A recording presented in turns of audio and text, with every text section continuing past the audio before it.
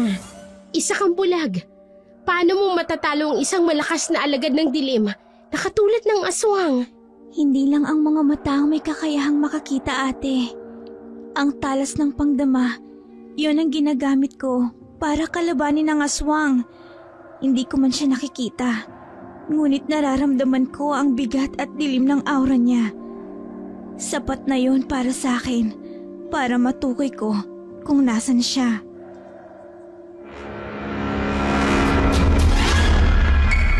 Catalina, wala nang aswang sa panahon ngayon.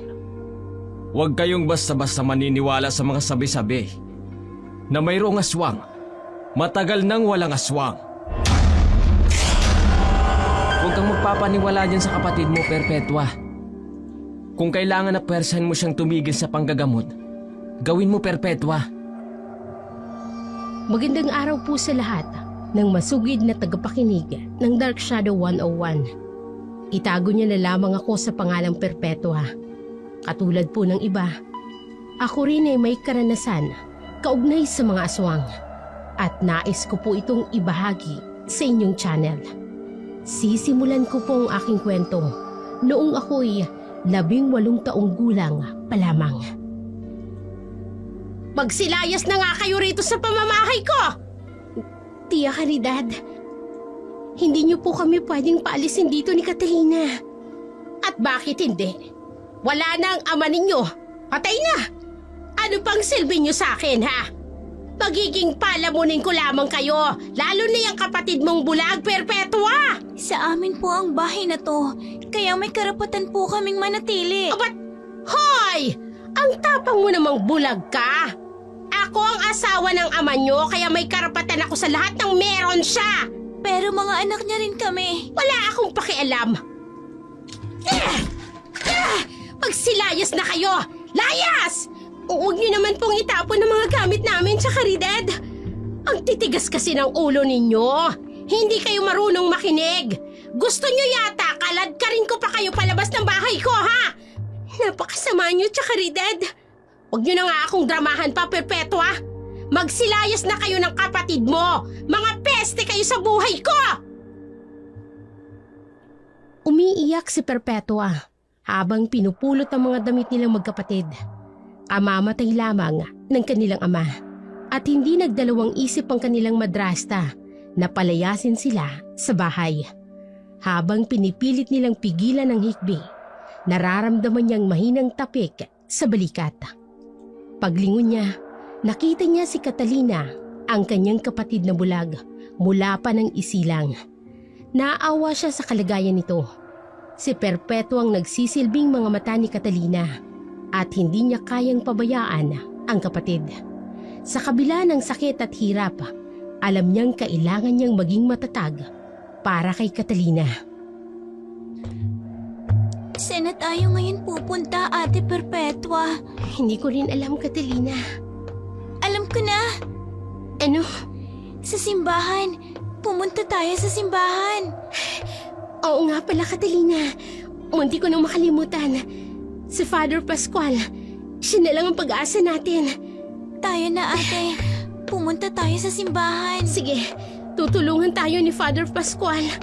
Tutulungan niya tayo, ate. Mabait si Father Pascual. Muling nabuhayan ng loob sina Perpetua at Catalina nang maalala nilang pari sa kanilang baryo. Mabait si Father Pascual. Palagi silang tinutulungan nito noon, kaya't nagpa siya silang magbakasakaling humingi ng tulong sa kanya. Pagkarating nila sa simbahan, agad nilang tinanong sa sakristan kung naroon si Father Pascual. Hindi naman nagtagal, dinala sila ng sakristan sa pari. Nakasuot pa ito ng sutana nang salubungin sila. Katatapos pa lang niyang magmisa para sa isang bagong kasal. Father Pascual, mano po? Mano po, Father Pascual? Kaawaan kayo ng Diyos. Oh, teka. Bakit dala ninyo ang bungkus ng damit ninyo? Ano ba ang nangyari? Pinalayas po kami ni Caridad. Gusto po sana naming humingi sa inyo ng tulong, Father. Oh, Diyos ko. Ano naman ang naisipan ni Caridad? Bakit niya kayo pinalayas? Lalong-lalo na kamamatay lang ng inyong amang si Nicanor. Pabigat lang daw ho kami sa kanya, Father. Ay, gusto niyo ba nakausapin ko siya upang pabalikin niya kayo sa bahay ninyo? Wag na po, Father. Mas magagalit lang po siya sa amin. Tama po si Catalina, Father. Eh kung ganoon, maaari naman kayong tumuloy dito sa akin. Pero puno na kasi ang kumbento. Mayroong bakanting kubo ang simbahan na pag-aari. Pwede kayong tumuloy doon. At bilang kapalit, maaari ninyong bantayan ang mga pananim doon ng gulay. Ayos ba yun sa inyo? Maraming salamat po, Father. Huwag po kayong mag-alala. Magtatanim po kami ni Catalina ng mga gulay. Pangako po, hindi po kayo magsisisi na tinulungan niyo kami. Maraming salamat po, Father Pascual. Panata ako ng tumulong, kaya wag na ninyo akong pasalamatan. Basta ugaliin ninyong hindi makakalimot sa pong may kapal, ha? Opo, Father. Hindi po. Palagi po kaming nagdarasal, Father, at nagpapasalamat sa Kanya. Masayang-masayang magkapatid dahil tinulungan sila ng mabait na pare. Agad silang nagtungo sa isang bahay kubo na pinahiram sa kanila. Medyo may kalayuan ito mula sa baryo at malapit sa gubat. Maliit lamang ang kubo, ngunit maaliwalas at tahimik ang paligid. Sa loob ay may isang kawayang mesa at 2 kawayang silya. Sa labas naman ay may maliit na balkonahe kung saan naroon din ang mga upuang gawa sa kawayan at isang munting mesa. Bagong lagay pa lang ng barnis sa mga bilog na kawayan, kaya't kumikintab ito sa sikat ng araw. Ang buong bahay ay gawa sa bilog na kawayan, kaya't maganda at maaliwalas itong tingnan. Habang tinitingnan ni Perpetua ang paligid, napansin niya nga tahimik lamang ang kapatid niyang si Catalina. Kaagad niya itong nilapitan. May kaba sa dibdib na baka may nararamdaman na naman ito. Catalina, ayos ka lang? Ang tahimik mo ah. Ate, may nakikita ka ba na kakaiba sa paligid? Wala naman. Bakit? May nararamdaman akong kakaiba, ate. Parang may mga matang nakamasid. Catalina, guni-guni mo lang yan. Halika na, pumasok na tayo sa loob. Iba ang bulong ng hangin, ate. Catalina, walang kakaiba sa paligid. At saka narito lang ako sa tabi mo. Hindi kita pababayaan. Ganito din yung naramdaman ko noon nang mawala si tatay. Catalina, may kakaibang kakayahan si Catalina. Kahit siya'y bulag, nakakaramdam siya ng mga hindi pangkaraniwan sa kanyang paligid. Mga bagay na hindi nakikita ng karaniwang mga mata. Dahil dito, tinuruan siya ng kanyang amang si Nicanor, isang kilalang albularyo sa kanilang baryo. Ibinahagi nito kay Catalina ang kanyang mga kaalaman sa panggagamot at pag-unawang espiritual. Mabilis na natuto si Catalina kahit pa sa kabila ng kanyang kalagayan. Tanggap ni Perpetua na sa kabila ng kanyang pagsisikap na sundan ang yapak ng kanilang ama bilang isang albularyo, hindi siya magiging kasing husay ng kanyang kapatid. Ano na namang nararamdaman mo? Mga engkanto ba? Hindi. Ang kanilang amoy. Ang bigat ng kanilang presensya sa hangin. Katulad ng sumalakay kay Itay. Mga aswang. Ano? Ibig sabihin, sinundan tayo? Malakas ang kutob ko, ate. Meron silang pakay kay Itay noon. Kaya nila pinatay si tatay. Pero ano naman ang magiging pakay nila kay Itay? Magaling na albularyo si Itay, ate. Baka nakakasagabal si Itay sa mga aswang. Hindi ko maunawaan. Wala naman masyadong mga pag-atake ng aswang noon. Nararamdaman ko sila, ate. Napapanaginipan ko rin si Itay. Binabalaan niya ako. Ano? Biglang nakaramdam ng takot si Perpetua sa sinabi ng kanyang kapatid. Napayakap na lamang siya rito. Pilit na pinapawi ang kaba sa kanyang dibdib. Tinitingnan niya si Catalina na ngayoy tila tulalang nakatitig sa kawalan. Kung hindi mo alam na bulag ito, aakalain mong nakakakita siya. Ang mga mata ni Catalina ay normal kung titingnan. Parang mata ng isang taong may paningin. Bukod pa roon, nakakakilos siya ng maayos gamit ang kanyang kahoy na tungkod na sariling gawa ng kanilang amang si Nicanor. Oh, Catalina, gising na. Umaga na. Mag-uumpisa na tayong magtanim ng gulay ngayon. Ate, Nakatulog ka ba ng maayos? napanaginipan ko si tatay, ate. Ano?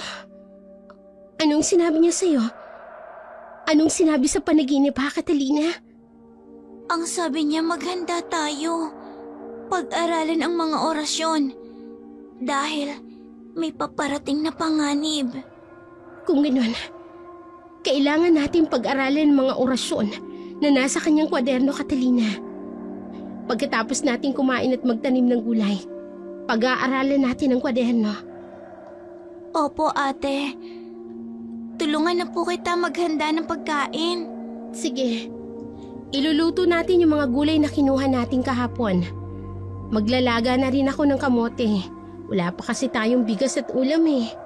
Ayos lang yun, ate. Masarap naman ang kamote. Tama ka. Halika na. Aalalayan na kitang tumayo nang makapagsimula na tayo. Gaya ng nakaugalian, sabay na kumain ng agahan ang magkapatid. Matapos nito, nagtungo sila sa bakuran upang magtanim ng mga gulay gamit ang mga binhing butil na ibinigay sa kanila ni Father Pascual. Napakaganda ng panahon ng araw na yon. Maaliwalas ang langit at banayad ang simoy ng hangin. Kaya naman ganado ang magkapatid sa pagtatanim. Pagkatapos ng kanilang gawain, pumasok si Perpetua sa loob ng kubo at kinuha ang kwaderno ng kanilang ama mula sa lumang tampipi. Tahimik niya itong binuklat habang inaalala ang mga kaalaman at alaala ng kanilang ama bilang isang albularyo. Nangungulila na po kami sa inyo ni Catalina, Itay. Nakuha mo na ba ang kwaderno ni Itay, ate? Oo na. Sandali lang at lalabas ako. Oh, naririto na ang kwaderno. Babasahin ko sa'yo, tapos isa sa ulo mo. Sige, ate. Oh, bakit ang lalim ng buntong hininga mo? Ate, nahihirapan ka ba sa akin? Nahihirapan? Bakit naman ako mahihirapan? Dahil bulag ako. Catalina, kahit kailan, hindi ka naging pabigat sa amin ni Itay. Mas magaling ka pa nga kaysa sa normal na mga bata. Kasi ang iba, kumpleto ang mga paningin nila. Mga swail at tamad naman. Iniisip ko lang naman ang kapakanan mo, ate. Dahil nakatali ka sa sitwasyon ko. At hindi ko pinagsisisihan yon, Catalina. Kapatid kita at mahal kita. Kahit na anong mangyari, hindi kita iiwan. Ako ang magsisilbing mga mata mo. Maraming salamat, ate. Walang anuman. Halika na. Pag-aralan na natin ang orasyon sa kwaderno ni Itay. Sige po. Pinag-aralan ng magkapatid ang nilalaman ng kwaderno ng kanilang ama. Tulad ng inaasahan ni Perpetua, mabilis na natuto si Catalina. Hindi siya pinapahirapan ng kapatid sa pag-unawa sa mga nakasulat doon. Tila likas na sa kanya ang kaalaman ng kanilang ama. Samantala, sa dati nilang bahay, naroon si Caridad, lasing at akmang papasok sana sa loob ng bahay nang marinig niyang kumpulan ng mga tao sa tindahan ni Marit. Napansin niyang siyang pinag-uusapan ng mga ito. Ay, Mare, nakakaawa naman yung mga anak na ni Canor, ano? Bulag na nga yung isa, abay pinalayas pa ni Caridad. Hindi man lang naawa. Bulag yun eh! Sinundan pa ito ng iba pang mapanuyang salita na lalong nagpainit sa ulo ni Caridad. Dahil dito, hinarap niya ang mga tao sa tindahan. Galit na handang manunggod. Hoy! Kayong mga peste kayo, ha? Tigilan niyo nga yung pagpipiesta niyo sa buhay ko, ha? Ano ngayon kung pinalayas ko yung mga anak ni Nicanor? Aba, dapat lang yun! Wala naman silang silbi sa akin. Hindi ako martir para magkanda kuwa sa pagbuhay sa kanila. Hindi na nga ako binigyan ni Nicanor ng marangyang buhay. Iniwan niyo pa sa akin yung mga anak niya. Mabuti sana kung ayos lahat eh. Pero may diferensya yung isa. Ano bang pakinabang sa akin ni Catalina? Eh, bulag yung batang yon. Ay, nako. Ah! Bakit hindi pa kayo umaalis? Gusto niyo bang batuhin ko pa kayo? Ha? Sandali nga. Etong bagay sa inyo eh. Ay, naku! Umalis ka rito! Magsilayas kayo! Umalis kayo rito! Yan! Ganyan! Tumakbo na kayo, mga buwisit! Kaagad na nagsipulasan ng mga tsismosa na nagkukumpulan sa harap ng tindahan ni Marita. Sa takot na batuhin nga sila ng lasing na si Caridad. Pero bago pa sila tuluyang tumakbo, may ilan pang nagsalita at sinabihan si Caridad. Napakasama mong tao! Wala kang puso sa ginawa mo kina Catalina at Perpetua! Ha? Samantala, sa bahay kubo ng magkapatid, katatapos lang nilang pag-aralan ang ilan sa mga orasyon mula sa kwaderno ng kanilang ama. Bigla namang dumating si Father Pascual. May dala itong isang may kalakihang plastic bag. Father Pascual, mano po, napadaan po kayo. Mano po, Father Pascual? Kaawaan kayo ng Diyos sa magkapatid. Dumaan ako upang tingnan ang kalagayan ninyo dito. Maayos ba naman kayo? Opo, ang ganda nga po nitong kubo at ang lawak din po ng taniman ng gulay. Sinadya talagang bilhin ng simbahan ng loteng ito upang mapagtamnan ng mga gulayin. Malaking tulong na rin kasi sa simbahan. O siya nga pala, may dala akong ilang kilong bigas at delata. May asukal at gatas din dyan. Nako, maraming salamat po, Father Pascual. Napakabuti niyo po sa amin. Walang anuman. Napakabuting tao din kasi ng inyong ama sa baryong ito bilang isang manggagamot. Eh sayang nga lang at maaga siyang kinuha sa atin. Oo nga po eh. Hindi nga po namin maiwasang malungkot. Lalo na ngayong wala na po si tatay. Huwag kayong mag-alala, Perpetua, Catalina. Alam kong palagi niya kayong binabantayan. May nararamdaman akong paparating. Ano? Father, ang isa po sa sakrista ninyo, tumatakbo po patungo rito. Oh, si Edsel yan. Ano kayang nangyari? Humahangos ang sakristana nang lumapit sa kanila. Bakas ang matinding takot sa kanyang mga mata. Agad niyang sinabihan si Father Pascual na may natagpuang bangkay ng isang matandang babae sa may gate ng simbahan. Laslas ang liig nito at wakwak ang tiyan. Kaagad na nahintakutan ng lahat, maliban kay Catalina. Agad silang nagtungo sa gate ng simbahan kung saan naroon ang kumpulan ng mga tao. Maririnig ang mga bulong-bulungan. Hala, baka aswang yan dito sa baryo natin. Ay nako, sayang. Wala na si Mang Nicanor. Kung kailan umaatake ang mga aswang, saka pa siya nawala. Nag-umpisa nang magsalita ng iba ng mga komento. Ngunit natahimik lamang ang lahat nang magsalita si Father Pascual. Magsitahimik muna po tayo. Makinig muna tayo kay Father. Tumawag na po ang simbahan sa kinauukulan upang kuhanin dito ang bangkay na ito. At huwag muna po tayong magbigay ng ating mga sariling findings. Hindi natin alam kung sino ba talaga ang may gawa nito. Aswang ang may gawa niyan, ate. Catalina, baka may makarinig sa'yo. Hindi natin alam kung aswang nga. Ang mabahong amoy. Ganyan na ganyan ang amoy ng sugat ni Itay noon. Amoy ng isang nabubulok na bangkay. Catalina, Ate, hindi siya titigil. Nararamdaman ko ang kanilang pagmamasid. Catalina, Perpetua, pumasok na muna kayo sa kumbento. Opo, Father. Halika na, Catalina. Ate, kailangan nating maghanda. Mapapahamak ang baryo. Kapag itinago natin, kung hindi natin sila babalaan. Pero, Catalina, wala tayong sapat na ebidensya na aswang nga ang may gawa. Nakakailang hakbang pa lamang ang magkapatid paalis nang mamataan sila ng isang matandang taga-baryo. Agad sila nitong itinuro at nagsalita. Ay, hindi ba mga anak niya ni Nicanor? Ay, baka damanan nila ang angking galing ni Nicanor sa pagiging albularyo. Ay, di ba mga kasama sa tingin ninyo? Baka nga may pinamana si Nicanor. Kaagad na napatigil sa paglalakad ang magkapatid.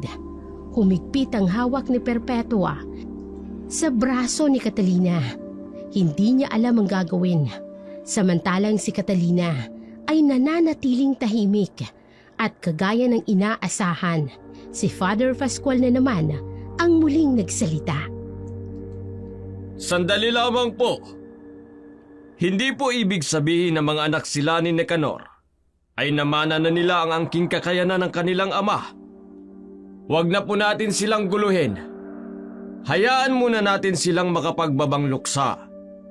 Magsiuwi na lamang po kayo. At malalaman din natin ang tunay na sanhi ng pagkamatay ng kaawa-awang matandang ito. Halika na, Catalina. Umalis na tayo. Baka mamaya magpumilit sila na magtanong. Halika na. Sige po, ate. Hindi natin pwedeng ipaalam sa kanila na may karunungan tayo sa panggagamot. Lalo ka na, Catalina. Nauunawaan ko, ate. Pumasok ang magkapatid sa kumbento at tahimik na naupo sa bangkong gawa sa kahoy. Tahimik na inililibot ni Perpetua ang kanyang paningin sa buong paligid. Samantala, ang kanyang kapatid ay nananatiling walang imik. Maya-maya pa, pumasok si Father Pascual. Halatang problemado ito dahil sa mga nangyari. Pasensya na kayo. Nasaksihan niyo pa ang ganong klaseng krimen. Hindi ko maunawaan kung anong nangyayari sa panahon natin ngayon. Ano po ang sabi ng mga pulis? Baka daw adik ang may gawa. Hindi pa rin kumpirmado. Hindi po kaya aswang?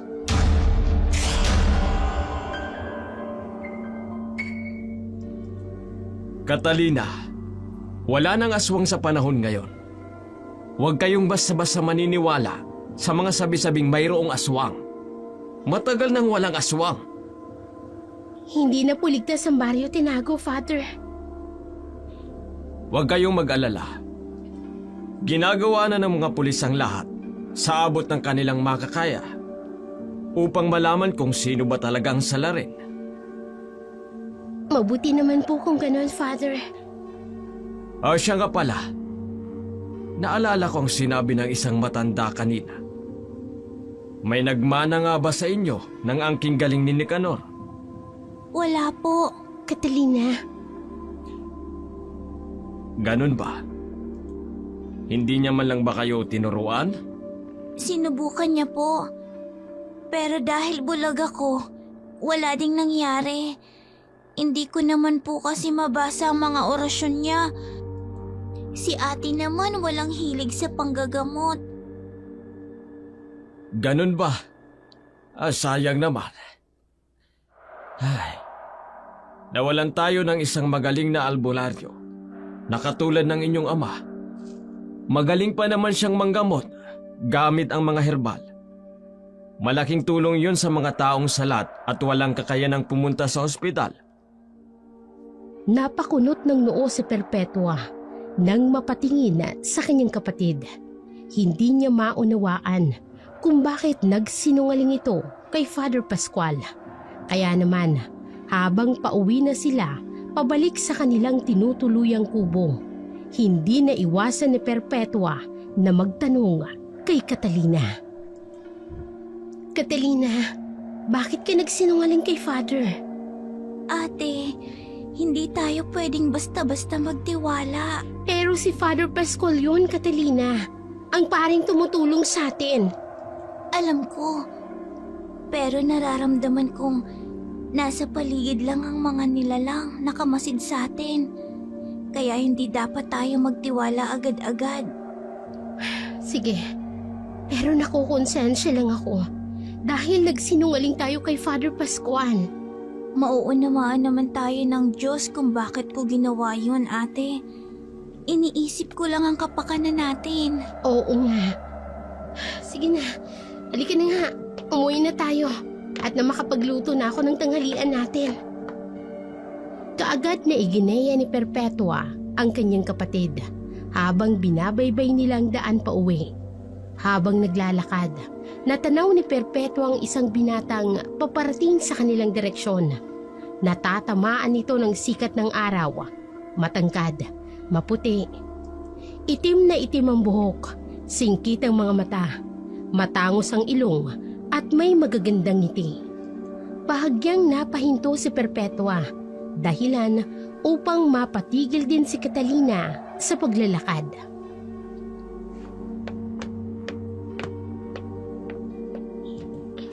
Magandang tanghali sa inyo. Sino siya, ate? Hindi ko siya kilala, Catalina. Ako nga pala si Gervasio. Kapatid ako ni Father Pascual. May kapatid si Father Pascual? Oo nga. Wala naman kaming alam na may kapatid pala siyang naririto sa Barrio Tinago. Kadarating ko lang kahapon. Magbabakasyon sana ako dito. Galing ako ng Maynila. Teka, ano nga pala ang pangalan ninyo? Ako si Perpetua at kapatid ko naman si Catalina. Ikinagagala ko kayong makilala. Catalina, Perpetua. Pasensya na kung hindi inabot ng kapatid ko ang kamay mong nakalahad ha. Bulag kasi si Catalina. Pasensya na. Hindi ko alam. Ayos lang. Sige, maiwan ka na namin. Ate, halika na. Umalis na tayo. Sige. Sandali. Oh, Pwede ko ba kayong makausap man lang ng matagal? pasensya na, Gervasio. Kailangan na naming umuwi ng bahay. Tayo na, ate. Oo, Catalina. Halika na. Nagmamadaling naglakad si Catalina habang hawak ang kanyang tungkod. Agad namang humabol si Perpetua. Litong-lito at nagtataka sa ikinikilos ng kanyang kapatid. Pagsapit nila sa kanilang bahay kubo, kaagad na tinanong ni Perpetua si Catalina. Catalina, ano nangyari? Bakit nagmamadali ka ng lakad kanina? Mabuti na lang hindi ka natumba. Kakaiba lang ang pakiramdam ko sa lalaking yun, ate Perpetua. Mukha naman siyang mabait, Catalina. Isa pa, kapatid siya ni Father Pascual. Basta, may kakaiba ko naramdaman sa kanya, ate. Ay, Catalina, hindi lahat ng tao masama.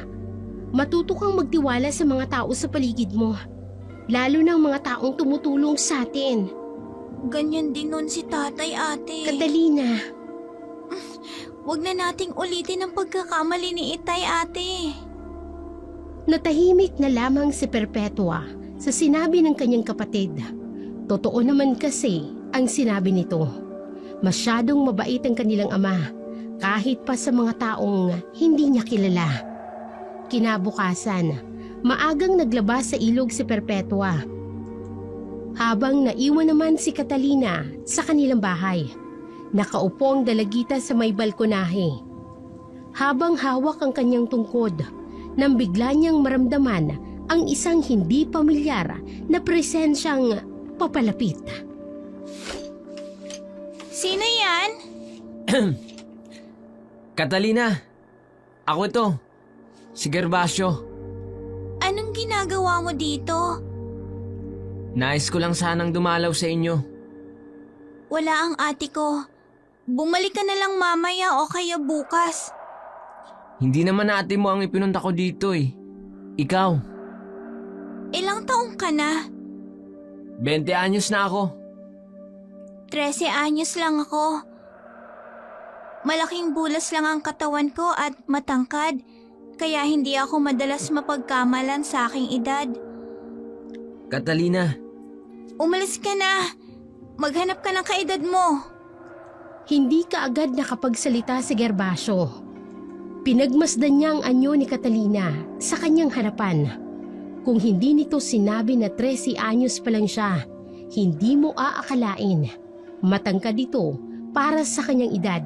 May hubog na rin ang katawan. Maganda at maamo ang mukha nito. At mas kahali-halina ang inosenteng ganda kumpara kay Perpetua na mas mataray ang aura. Ngunit kung ikukumpara, mas matalas at prangkang magsalita si Catalina. Napabuntong hiningang binata bago nagpaalam kay Catalina. Ngunit sa kanyang pagtalikod, naramdaman niya ang panibugho sa kanyang dibdib. Samantala, muli na namang dumayo si Caridad sa inuman. Suot ang isang sexy na damit. Pumasok ito sa inuman.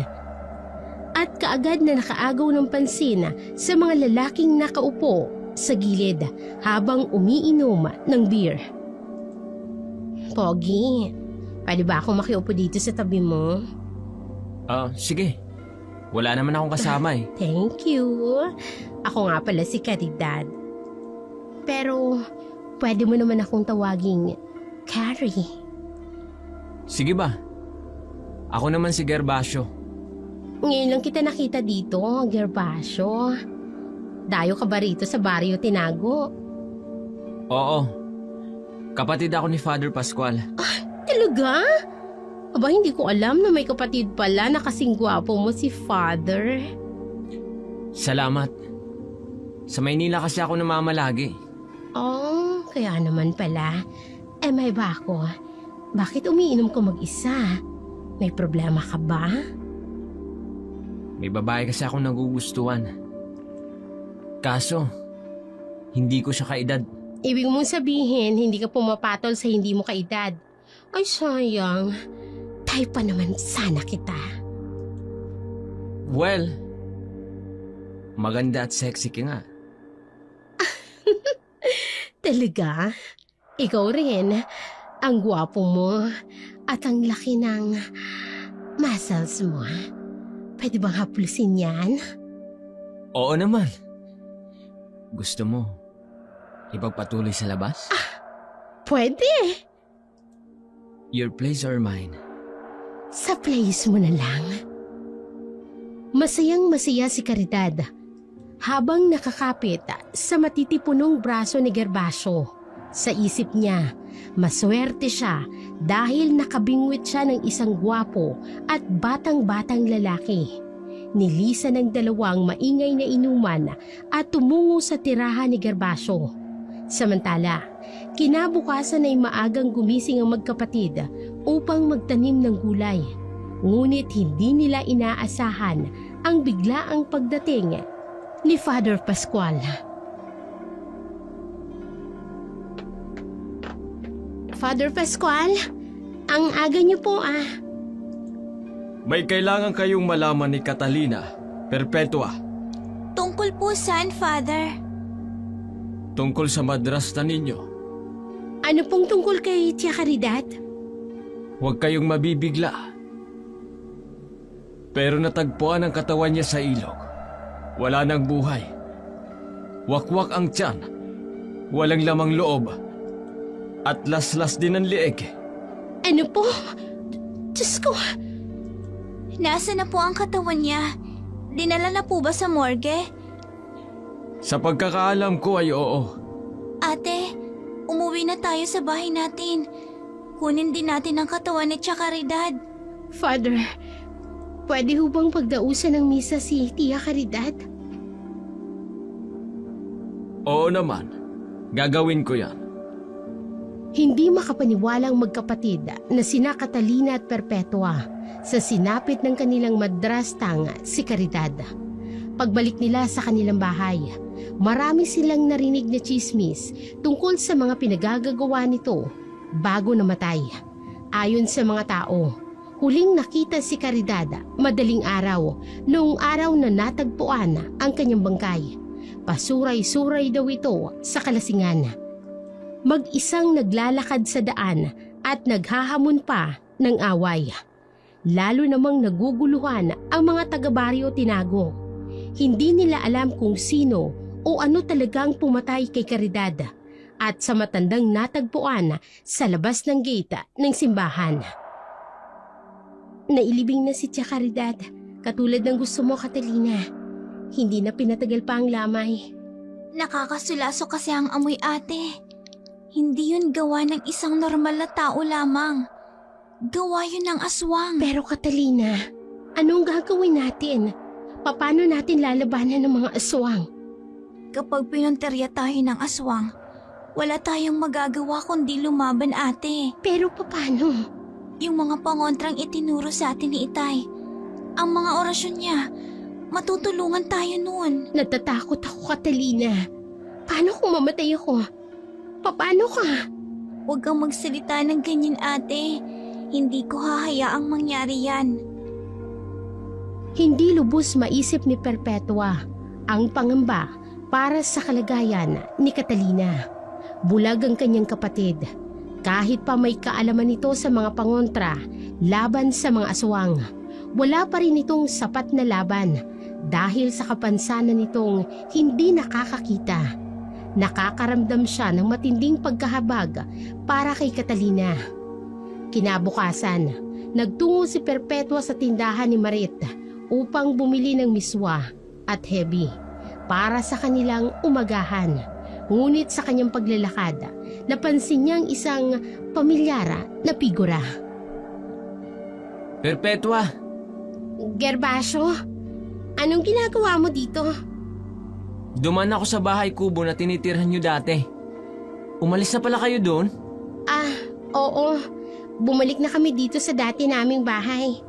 Namatay na kasi yung madrasta namin na nagpalaya sa amin. Sino? Si Tia Caridad. Caridad?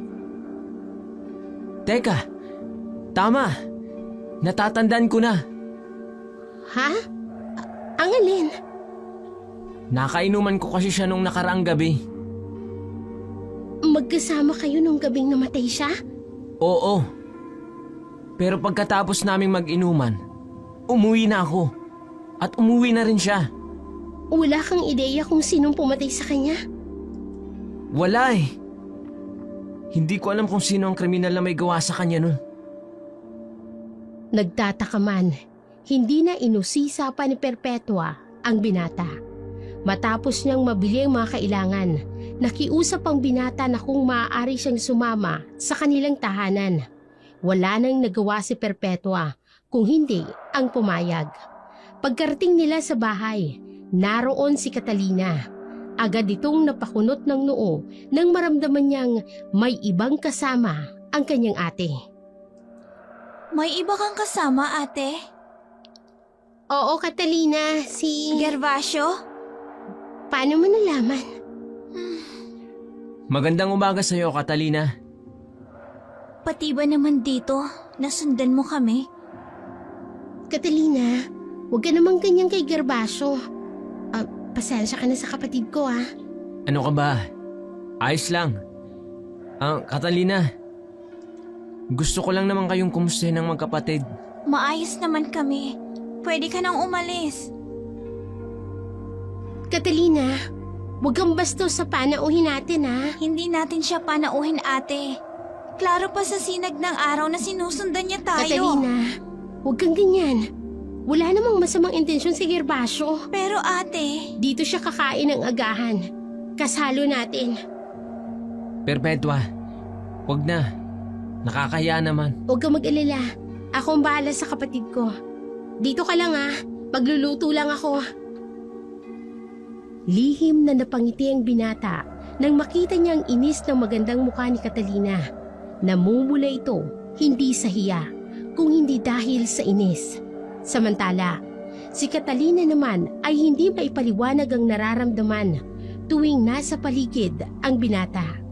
May kakaiba itong aura, mabigat at parang may itinatagong bagay na hindi niya mawari. Hindi niya rin maintindihan kung bakit hindi ito napapansin ng kanyang ate.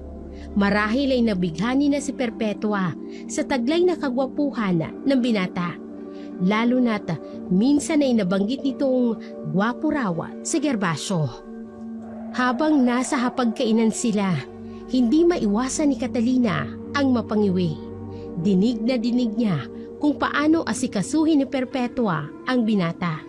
Tila ba espesyal na bisita o higit pa roon? Gervasio, heto ang kape. Ako ang nagtimpla niyan. Gustong-gusto ng tatay ko yan kasi masarap daw. Salamat, Perpetua. Masarap nga. Ikaw, Catalina, gusto mo ba ng kape? Preskong gatas ng baka ang iniinom ko. Salamat na lang. Talaga? May bagong anak na baka sa pastulan ni Kaapyong. Gusto mo bang ihingi kita? Huwag na. Naku, Gervasio. Gusto mo ako na lang ang ikuha mo? Mahilig din ako sa gatas. O sige, pwede naman. Kailan tayo magtutungo ron? Pwede tayong pumunta doon pagkatapos natin kumain.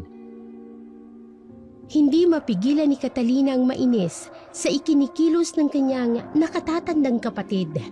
Sinabi nitong mahilig siya sa gatas, pero ang totoo ay nasusuka siya rito. Mas hilig talaga niya ang tableya. Siya lang naman sa kanilang dalawa ang mahilig uminom ng gatas.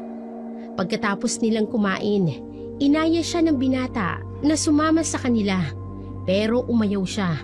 Mas gugustuhin niya pang mag-isa kesa makisama sa dalawa.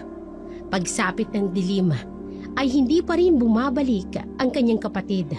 Agad siyang nakaramdam ng kaba, lalo na nang maramdaman niya ang isang kakaibang aura sa paligid.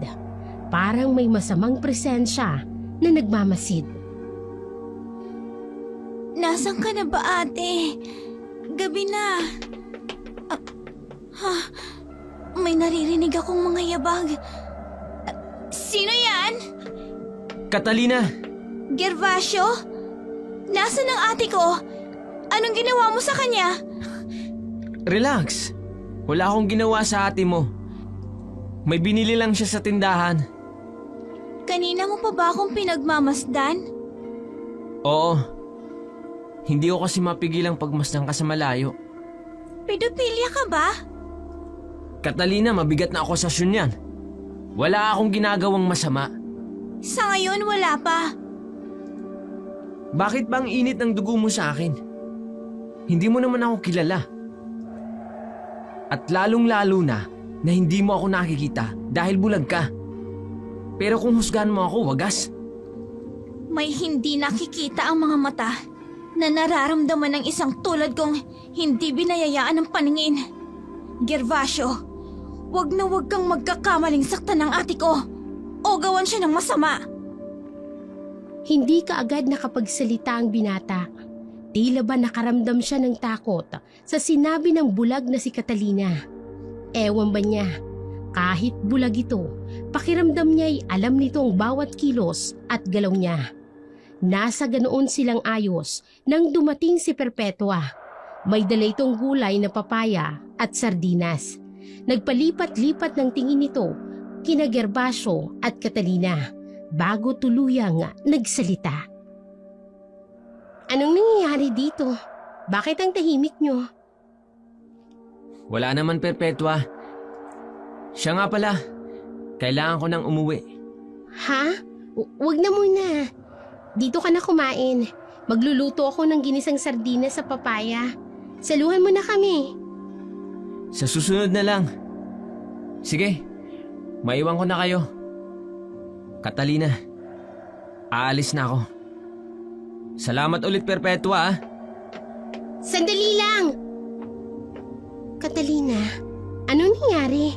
Bakit biglang nagpa siyang umuwi si Gervasio? Hindi ko alam, ate. Imposibleng hindi mo alam, Catalina. Nag-usap na kami kanina. Ang sabi niya dito siya maghahapunan. Tapos biglang nagbago ang isip niya. Hindi ko talaga alam, ate. Bakit ba ang init ng dugo mo sa kanya? Mabait naman siyang tao. Heto nga oh, ikinuha kanya ng preskong gatas. Tapos ganyan ka pa sa kanya? Ate, hindi ko siya inuutusan na kunan ako ng preskong gatas. Isa pa, mabigat ang aura niya. Hindi mo ba nararamdaman yun? Catalina, hindi porkit mabigat ang pakiramdam mo, ibig sabihin ay masama na silang tao. Hindi mo pa nga binibigyan ng pagkakataong kilalanin yung tao. Nag-aalala lang naman ako sa'yo, Wala ate. kang dapat ipag-alala. Ayos lang ako. At mabait na tao si Gervasio. Naging ugat ng hindi pagkakaunawaan ng magkapatid ang binata. Tuwing dumadalaw ito sa kanilang bahay, hindi lumalabas si Catalina. Napapansin naman ni Perpetua na palaging palingalinga ang binata na tila ba may hinahanap. Palagi rin itong may dalang preskong gatas kahit pa sinabi na ni Perpetua na mas mahilig siya ng tableya. Dahil dito, nakaramdam siya ng tampo at hindi mapigilang sitahin ang binata. Bakit ba palagi kang may dalang preskong gatas? Di ba sinabi ko na sa'yo, mas gusto ko ang tableya? Hindi ko naman nakakalimutan yun, Perpetua. Gusto ko lang kasing gumana ang pakiramdam sa akin ng kapatid mo. Pero bakit, Gervasio?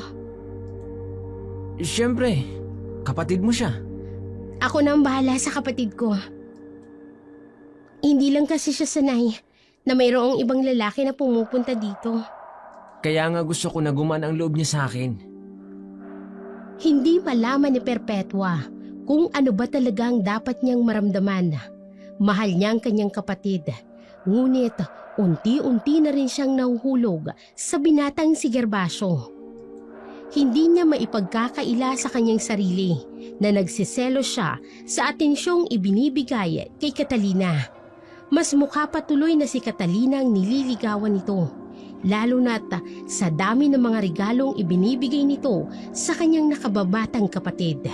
Samantala, lumipas ang mga araw at isang hindi inaasahang pangyayari ang gumimbala sa buong baryo. Isa na namang biktima raw ng aswang, ngunit sa pagkakataong ito, buhay pa ang biktima. Narinig ni Catalina ang balita habang siya'y nasa kanilang bakuran. Nasaan ang biktima? Maaari ko ba siyang mahawakan? Catalina, anong ginagawa mo?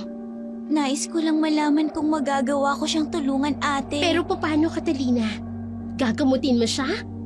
Paano kung umasa ang mga tao na kaya mo siyang gamutin? Walang masama kung susubukan ko, ate. Dalhin niyo ako sa sinasabing biktima ng aswang. Pakiusap. Catalina! Walang nagawa si Perpetua kung hindi ang sumunod sa kanyang kapatid. Dinala siya ng mga tao sa bahay ni Agapito, kung saan nakahiga ang anak nitong si Nene na umuungol sa sakit. Lumapit si Catalina, hinawakan ng bata at marahang bumulong ng isang orasyon. Maya-maya lang, kumalma ang bata. Agad na nagkomento ang mga tao sa nasaksihan. Narinig pa nilang bulong-bulungan ng ilan. Ako! Labanan ni Catalina ang galing ni Nicanor! Hindi na tayo dapat na mabahala, mga kababaryo! Meron na tayong bagong albularyo! Mabuhay ang albularyo! Pagkatapos gamutin ni Catalina ang bata, binigyan niya ito ng mga pangontra na mahigpit na binalaan na huwag munang lalabas ng bahay. Pagka-uwi sa kanilang tahanan, agad siyang kinausap ni Perpetua. Catalina, bakit mo ginawa yun? Ngayon alam na ng mga tao na marunong kang magpagaling. Gusto ko nang tumulong, ate. Marami nang nabibiktima ang mga aswang. At habang nananahimik tayo, mas lalo silang naghahasik ng lagim. Paano kung balikan nila tayo? Nakalimutan mo na ba ang sinabi mo sa akin noon? Maaaring pinatay nila si Itay dahil isa siyang albularyo. Iniligay mo ang buhay natin sa kapahamakan, Catalina. Ate Perpetua, hindi kita maunawaan. Dati naman proud ka kay Itay. At gusto mong tulungan ang mga taga-Baryo Tinago. Kaya nga nag-aral ka rin manggamot, di ba? Noon yun, Catalina. Dahil ba kay Gervasio? Mahal ko na siya, Catalina. At gusto kong bumuo ng pamilya kung sakaling alukin niya ako ng kasal. Hindi makapaniwala si Catalina sa sinabi ng kanyang ate. Ngunit wala naman siyang magagawa kung talagang magdidesisyon nitong mag-asawa. Hindi naman siya nito responsibilidad. Pagkatapos ng kanilang pag-uusap, naging mas madalas ang pagdalaw ni Gervasio sa kanilang bahay. Lalo na nang sagutin ni Perpetua ang pag-ibig na inaalok nito. Samantala, lalong umugong sa buong baryo ng Tinago ang husay ni Catalina sa panggagamot.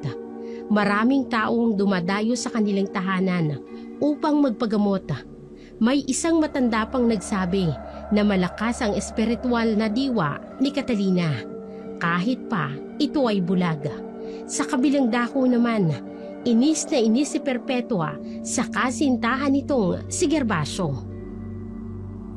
Nakakainis si Gervasio. Hanggang ngayon, hindi niya pa rin ako inaalok ng kasal. Hindi ba ilang buwan pa lang naman kayo? Kahit na, Catalina, palagi ako nagpaparinig sa kanya na gusto ko nang bumuo ng pamilya. Pero parang bingi siya, parang wala siyang naririnig. Baka wala pa sa isip niyo magpakasal, Ate Perpetua. At kailan niya gusto? Kapag matanda na kami? Ate, 18 ka pa lang naman ah. Ang bata mo pa. Catalina, wala naman sa edad yun eh. Kaya niya naman na akong buhayin. May maganda siyang trabaho. May sakahan sila. Hindi ko maisip kung ano pang humahadling sa kanya para yayain ako magpakasal. Hindi ko rin alam, ate. Tigilan mo nga muna yung pagdikdik mo ng halamang gamot na yan. Hindi ka naman binabayaran mga taong ginagamot mo. Ate, ano bang nangyayari sa'yo? Oh, bakit? Totoo naman. Ikaw itong pagod na pagod sa katutulong sa kanila. Tapos na hindi ka man lang maabutan ng bayad kahit 100 man lang. Ate, masaya ako sa ginagawa ko. Ewan ko sa'yo. Pareho kayo ni tatay. Napailing na lamang si Catalina sa mga sinasabi ng kanyang ate. Ibang-iba na ang ugali ni Perpetua. Hindi na itong dating maunawain at mabait na kapatid. Simula na maging kasintahan nito si Gervasio, tila ba nagbago na ito. Naging magaspang na rin ang ugali at pananalita. Nasa ganun silang ayos nang bigla nilang marinig ang kapitbahay nilang si Marit na sumisigaw, tila takot na takot. 7:00 na noon ng gabi, kaya karamihan sa mga tao ay nasa loob na ng kani-kanilang bahay. Muling narinig ang sigaw ni Marit. Mas malakas, mas desperado na ngayon. Aniya, may aswang. Tulungan daw siya dahil inaatake siya ng aswang. Agad namang nagsilabasan at nagsitakbuhan ng mga kapitbahay upang tulungan si Marit. Ngunit huli na ang lahat. Ang naiwan na lamang ay ang nakakakilabot na pagaspas, hudyat na meron ngang aswang. Mga kapitbahay, maghanda kayo! Hindi lang ito ang susunod na pag-atake sa atin ng mga aswang. Magtulungan tayo para mapuksan natin sila. Catalina, tama na nga. Umuwi na tayo. Ate, hindi ko pwedeng pabayaan ang mga kabaryo natin. Sigurado ako nakikita mo ang sinapit nila Aling Marit. Hindi ka ba naawa sa kanila? Paano mo naman lalabanan ng mga aswang? Nagdududa ka ba sa kakayahan ko, ate? Dahil ba bulag ako? Ikaw ang nagsabing yan, hindi ako. Huwag ka mag-alala. Gagawin ko to ng mag-isa. Hindi mo na ako kailangang alalayan pa. Wala naman akong sinabing ganon, Catalina. Naiintindihan ko, ate. Alam kong nagiging pabigat na rin ako sa'yo. Catalina, Matapos maglagay ni Catalina ng mga pangontra sa mga bahay-bahaya ng kanilang mga kabaryo, ay umuwi na rin sila. Kakauwi pa lamang nila nang dumating si Gervasio. Kaagad na nagpaalam si Catalina na papasok na sa kanyang silid upang magpahinga at naiwan ang magkasintahan sa balkonahe. Doon inilabas ni Perpetua ang kanyang mga hinaing tungkol sa kapatid. Perpetua, kumalma ka. Paano ako kakalma? Gusto ko lang naman ng normal na buhay. Ngayon hindi na. Kasi marami nang nakakaalam na marunong siyang manggamot. Nabanggit ko nga yun kay Father Pascual. Nagtanong daw siya sa inyo noon kung may kakayanan kayo. Kagaya ng inyong ama. Pero nagsinungaling daw kayo. Ideya ni Catalina yun. Ayaw niya kasi na may makaalam dati na marunong siyang manggamot. Ano nangyari? Bakit nagbago ang isip niya? Hindi ko alam. Basta na lang nagbago ang isip niya. At ngayon, isinasakripisyo niya ang sarili niya sa pagtulong. Perpetua, kailangan mong kumbinsin ang kapatid mo na tigilan na ang paggagamot niya. Gervasio, Dahil wala naman siyang mapapala sa pagtulong sa mga tao. sinulsula ng binata si Perpetua na patigilin si Catalina sa panggagamot sa hindi maipaliwanag na dahilan. Tila ba sunod-sunuran si Perpetua sa bawat sabihin ng binata, lalo na kapag tinititigan siya nito. Para bang nahihipnotismo siya sa ganda at lalim ng mga mata ni Gervasio. Lumipas pa ang mga araw at mas lalong dumami ang mga biktima ng aswang sa kanilang baryo. Isang gabi, mag-isa lamang si Catalina sa kanilang bahay nang makarinig siya ng pagaspas ng pakpak sa bubungan. Malakas ang kanyang kutob na isang aswang ang nasa paligid. Kaagad niyang inihanda ang kanyang mga pangontra. Kasabay nito, narinig niyang malakas na pagkulo ng mahiwagang langis na nakalagay sa isang maliit na tapayan. Isang siguradong palatandaan na may aswang sa kanilang paligid.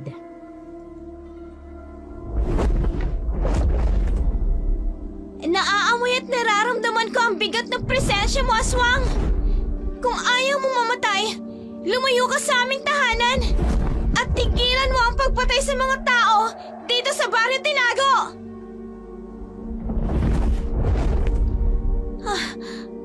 Patuloy pa rin ang pagaspas ng mga pakpak sa bubong. Ihahanda ko ang mga pangontra ko. Mag-isa lamang ako dito sa bahay. Siguro ay matagal niya na akong minamanmanan.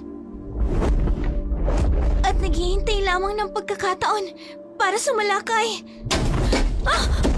May narinig akong malakas na kalabog sa likod bahay. Ibig sabihin, naroon ang aswang. Kaagad na tinungo ni Catalina ang likod bahay. Dahil kabisado niya ang paligid, ay para bang hindi siya bulag habang naglalakad patungo roon. Pagkalabas niya, agad niyang naamoy ang mabahong singawa ng nilalang. Kasunod nito, naramdaman niya ng bahagyang pagyanig ng lupa, dulot ng mabibigat na hakbang nito. Papalapit sa kanya. Ramdam niya ang bigat ng aura nito at nang maramdaman niyang susuguri na siya ng nilalang, walang pag-aalinlangang hinataw niya ito gamit ang kanyang binditadong tungkod. Isang malakas na sigaw ang binitawan ng nilalang matapos itong tamaan.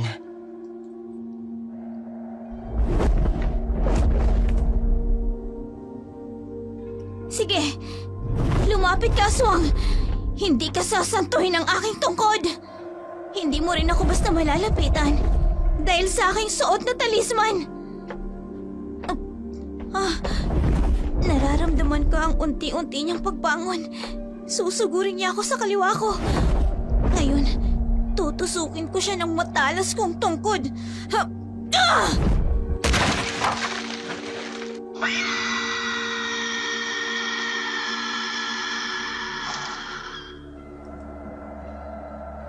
Muling umalingaw-ngaw ang nakatatakot na boses ng aswang.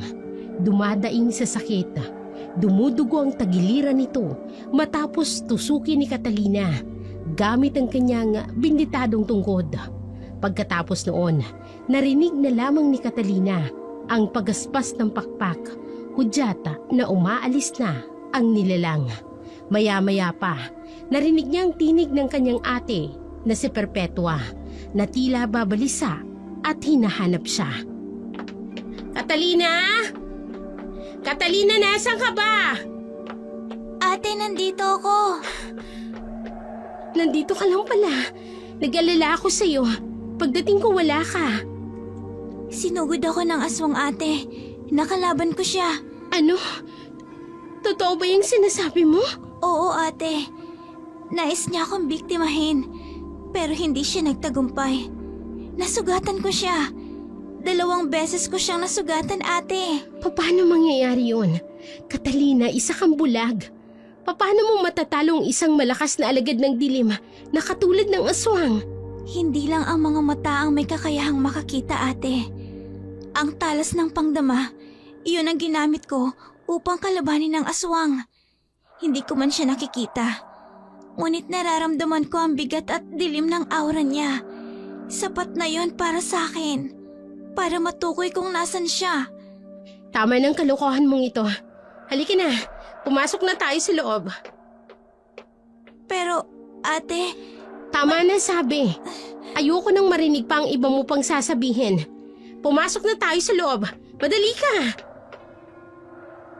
Hindi na muling kumibo si Catalina at nagpatianod na lamang habang inaakay siya ni Perpetua papasok sa loob ng kanilang bahay. Ramdam niyang pagkadismaya ng kanyang ate sa mga ginagawa niya.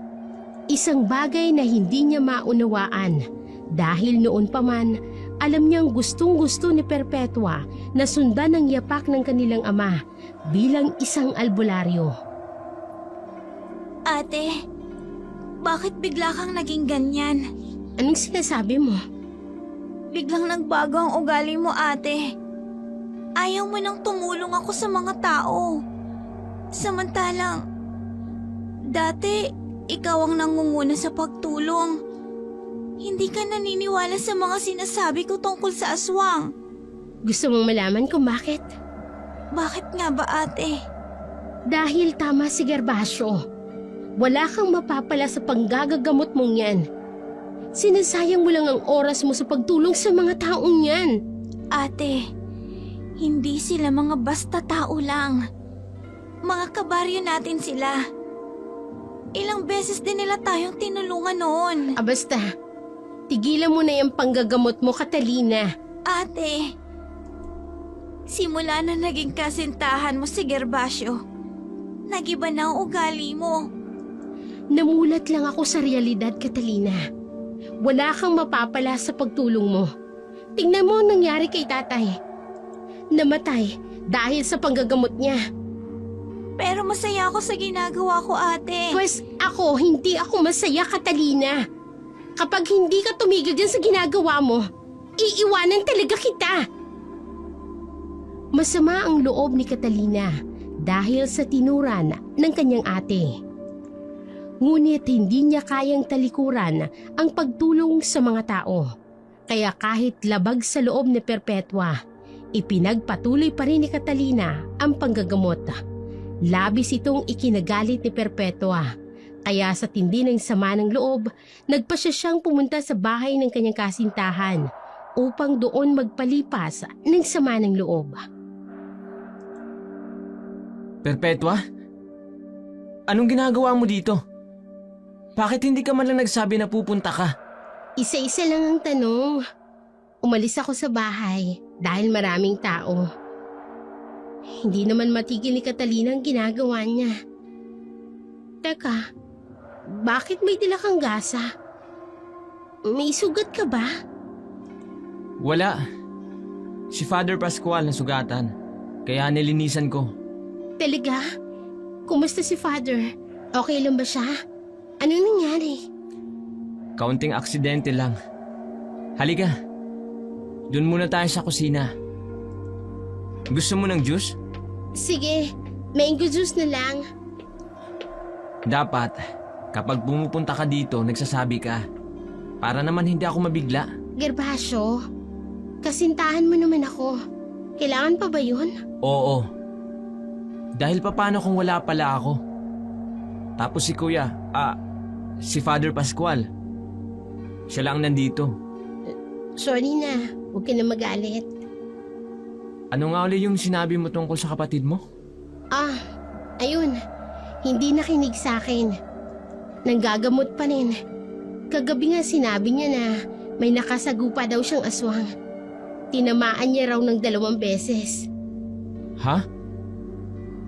Gervasio, ayos ka lang ba? Bigla kang natigilan. Ayos lang ako. Tsaka isipin mo nga, paanong malalabanan ni Catalina ang aswang? Bulog siya. Kahit pa sabihin niyang magaling siya sa larangan ng panggagamot, hindi ako maniniwalang kaya niya makipagsabayan sa aswang pagdating sa labanan. Tama ka. Huwag kang magpapaniwala dyan sa kapatid mo. Kung kailangan na pwersahin mo siyang tumigil sa panggagamot, gawin mo, Perpetua. Sa hindi malamang dahilan, napatango na lamang si Perpetua kay Gervasio bilang pagsang-ayon dito. Sa mga oras na yun, walang mas mahalaga kay Perpetua kung hindi ang lalaki at ang nararamdaman niya para rito. Pagkatapos ng kanilang pag-uusap, dinala siya ni Gervasio sa dating kubo na minsang pinatirhan sa kanila ni Father Pascual. Doon, sa unang pagkakataon ay may nangyari sa kanila. Masayang-masaya si Perpetua. Umaasang pakakasalan siya ni Gervasio. Gervasio, may nangyari na sa atin. Ikaw ang unang nakagalaw sa akin. At masaya ako, Perpetua. Gervasio, kailan tayo magpapakasal? Kasal? Teka, bakit parang gulat na gulat ka? Gervasio, may nangyari na sa atin. Dapat lang napanagutan mo ko. Perpetua, hindi pa ako handa. Napakalaking responsibilidad ng pag-aasawa. Mga bata pa tayo, para dyan. Bakit mo ako ginalaw? Kung wala ka naman palang balak na pakasalin ako. Perpetua, darating tayo dyan. Pero hindi pa sa ngayon. I-enjoy muna natin tong ginagawa natin. Ang mahalaga naman magkasama tayo, di ba? Nagmamahalan tayo, di ba? Yun ang mahalaga. Pero pakakasalan mo talaga ako? Oo naman. Pakakasalan kita. Mahal na mahal kaya kita. Nag-aalangan man ay yumakap na lamang si Perpetua sa hubad na katawan ni Gervasio. Hindi niya kayang mawala ang lalaki sa kanyang piling.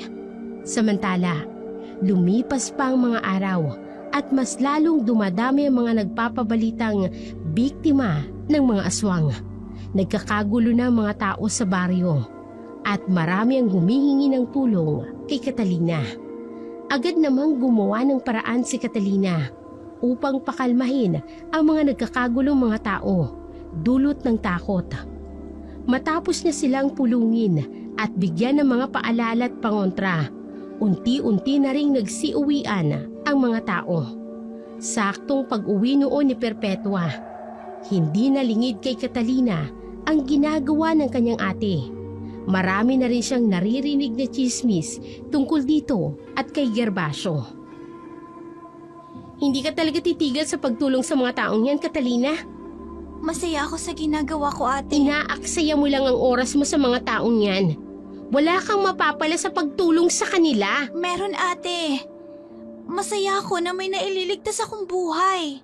At ang buhay mo, kailan mo balak ayusin? Ikaw, ate. Kailan mo balak ayusin din ang buhay mo? Bakit ka pumapayag na makipagsiping nang hindi ka naman kasal? Ang bastos ng bibig mo! Catalina, pasensya na. Hindi ko sinasadya. Nabigla lang ako. Ayos lang. Sige, maiwan na kita, ate.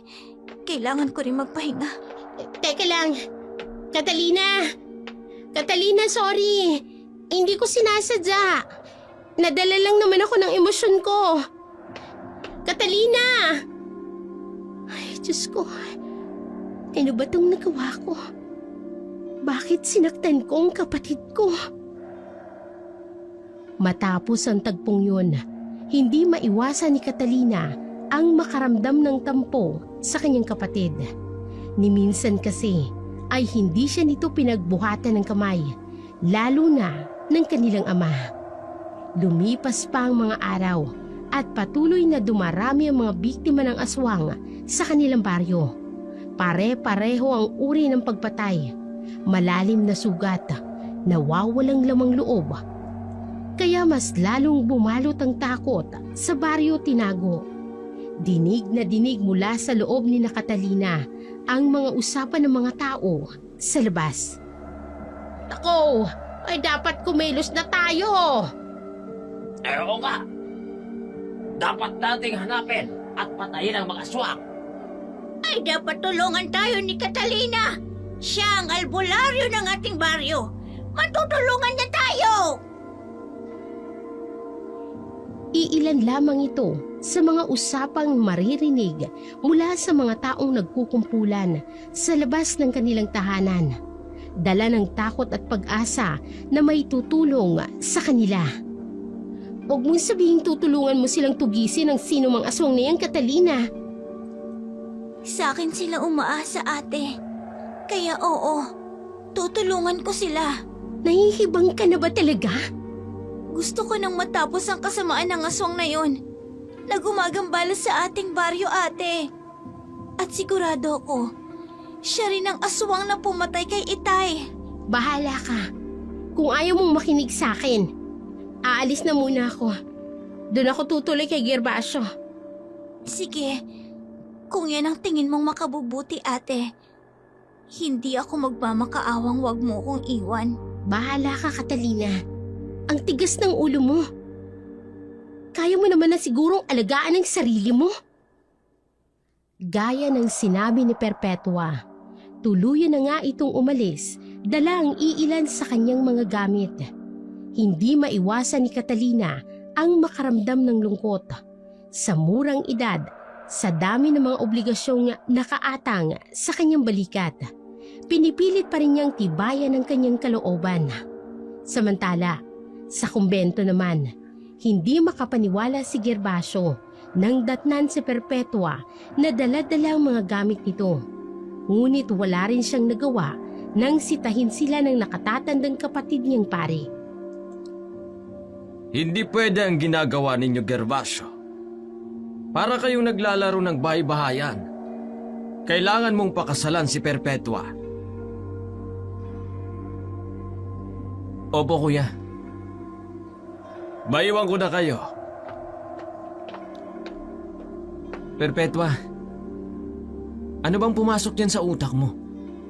Bakit ka pumunta dito? Tapos may dala ka pang gamit? Gervasio, ayoko munang manatili sa bahay. Ayaw makinig sa akin ni Catalina. Pagkatapos ngayon, nagbabalak silang tugisin ang aswang na sumasalakay dito sa baryo Tinago. Ano? Kailan nila balak gawin yun? Hindi ko alam. Kaya nga umalis ako sa bahay dahil pagod na ako kay Catalina.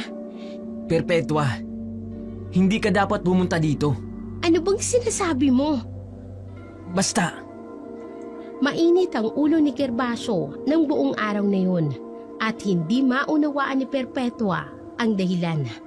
Sumapit ang gabi, yun ang unang beses na magpapalipas siya ng gabi sa kumbento.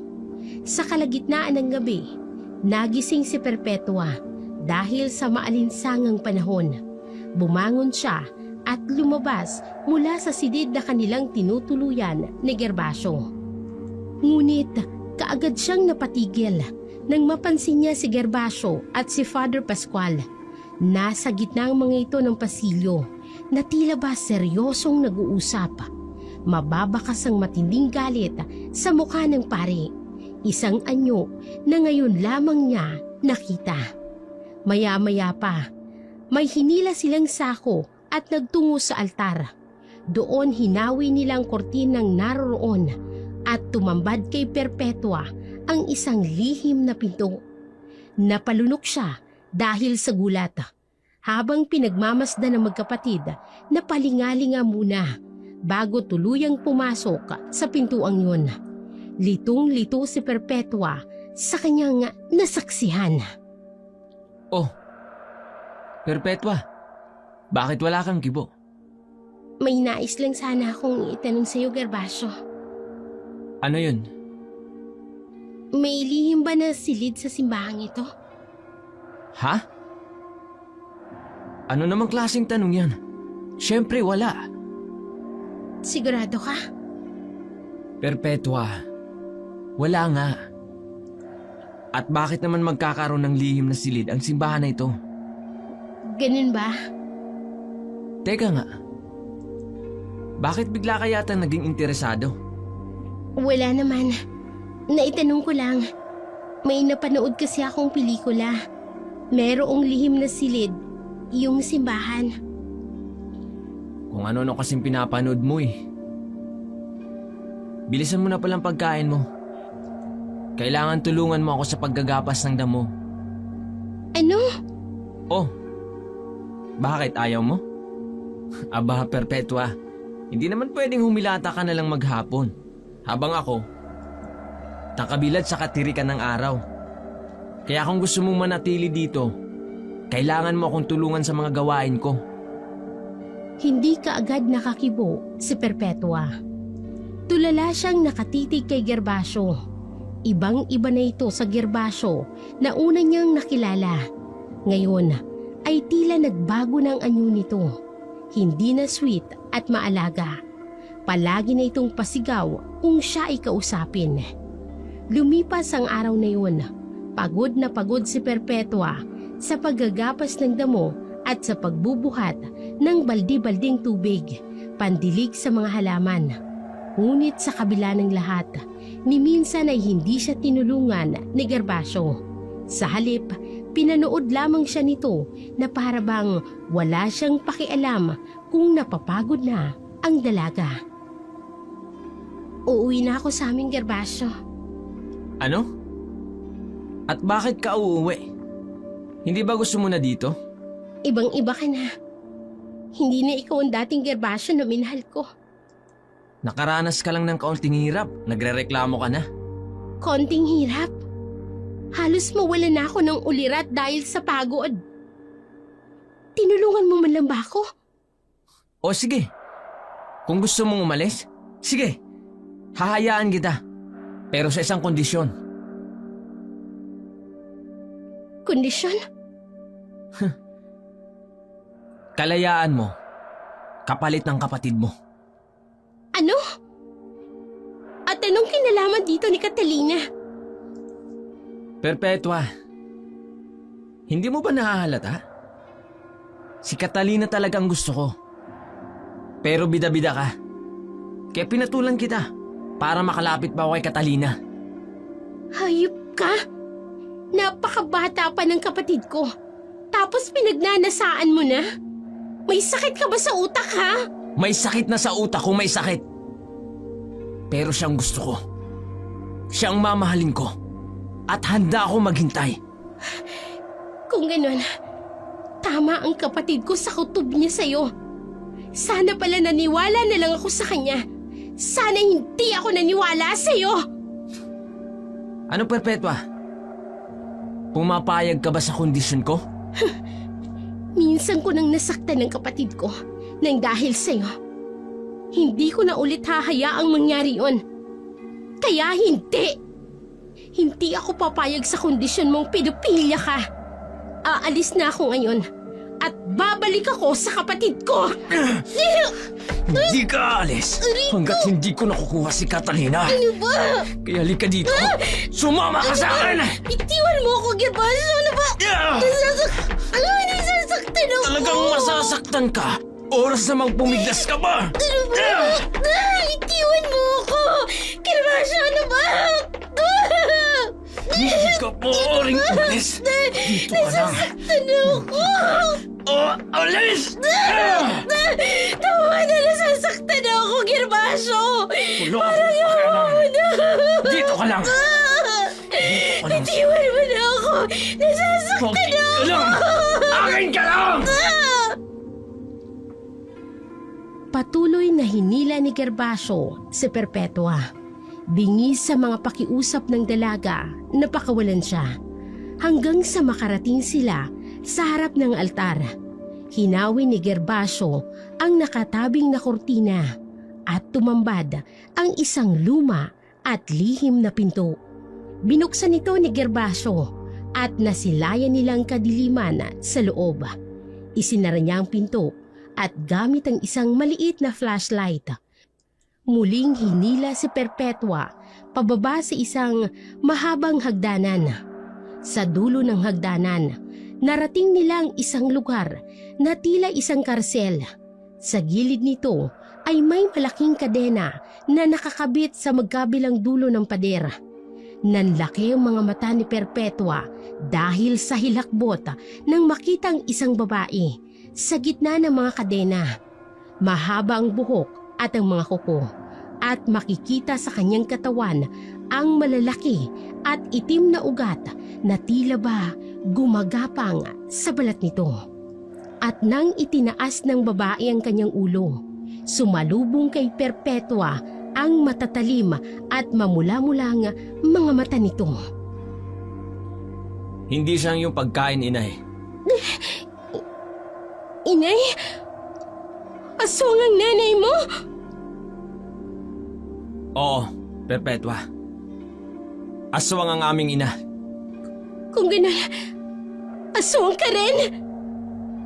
Hindi kami aswang ni Kuya.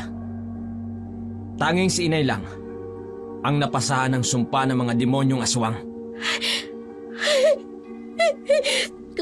Kung gano'n, kayo ang bumibiktima sa mga tao sa baryong ito na nagkukubli kayo rito sa simbahan ng baryong tinago. Oo. Lahat sila binibiktima ni inay. Gusto mo bang malaman kung paano namatay ang iyong madrastang si Caridad?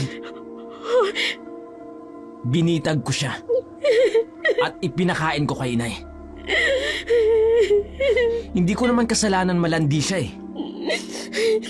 Siya ang unang lumapit sa akin. Hindi na tuloy ako nahirapang makahanap ng biktima. Hayop ka! Napakasama niyo! Akala ng mga tao mabubuti kayo. Yung pala, masasama kayong nilalang. Matalino ang kapatid ko, hindi ba? Sinong mag-aakala ng isang pare ay may inang aswang? Napakahayop niyo! Mga demonyo kayo! Pakawalan mo ako rito, Gervasio! Uuwi na ako sa kapatid ko! Ano ba? Pakawalan mo ako! Hindi ka uuwi sa kapatid mo, Perpetua. Huwag kang mag-alala. Dadalhin ko siya rito. Para naman makita mo siya sa huling sandali ng buhay mo. Hindi! Huwag mong gagalawin ang kapatid ko, Gervasio! Itatali muna kita. Ano ba? Babalikan na lamang kita rito kapag nakuha ko na si Catalina. Hindi! Huwag! Parang awa mo na. Huwag mo sasaktan ang kapatid ko, Gervasio. Pakawalan mo ako rito. Gervasio, pakawalan mo ako. Parang awa mo na. Pakawalan mo ako! Halos mapugto ang lalamunan ni Perpetua sa kasisigaw. Ngunit hindi siya pinakinggan ni Gervasio. Iniwan siya nito sa loob ng lihim na silid kasama ang aswang nitong ina na pilit na kumakawala sa mga kadena. Takot at matinding pagsisisi ang bumalot kay Perpetua. Habang nanginginig siya sa isang sulok, pinagmamasdan ng nilalang na unti-unting nangangalit sa pagkakatali. Samantala, sa bahay ni Catalina, nakarinig siya ng pagkatok sa kanilang pintuan. Pinakiramdaman muna niya ang paligid. bago dahan-dahang tumayo at binuksan ito. Sa pagbukas ng pinto, agad niyang naramdaman ang pamilyar at mabigat na presensya.